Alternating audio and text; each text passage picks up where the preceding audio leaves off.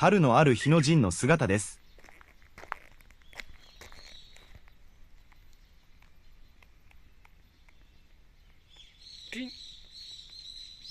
jinが僕の家に来たのは2005年の9月です。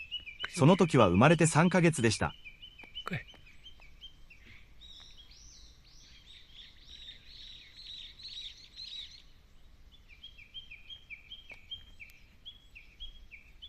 名前は元の飼い主との約束で、jinという名前は変更禁止ということでした。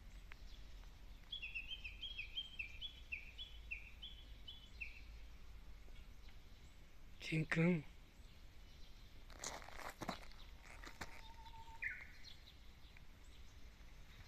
でも僕は、呼び方は同じであれば許される、と思い、アルファベットでjinに変えました。奥や首。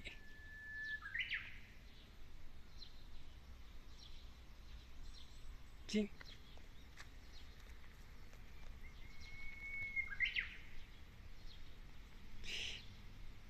それから17年、jinに病気が見つかりました。動物も人間も治らないという腎臓病になってしまいました。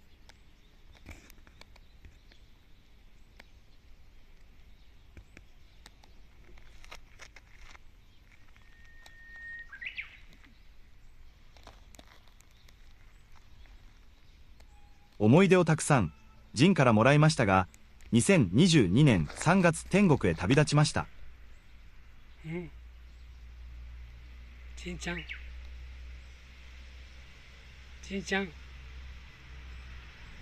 そして、jinが天国へ旅立って4年経ちました。そして、今、最後にもう一度猫を飼いたいと思います。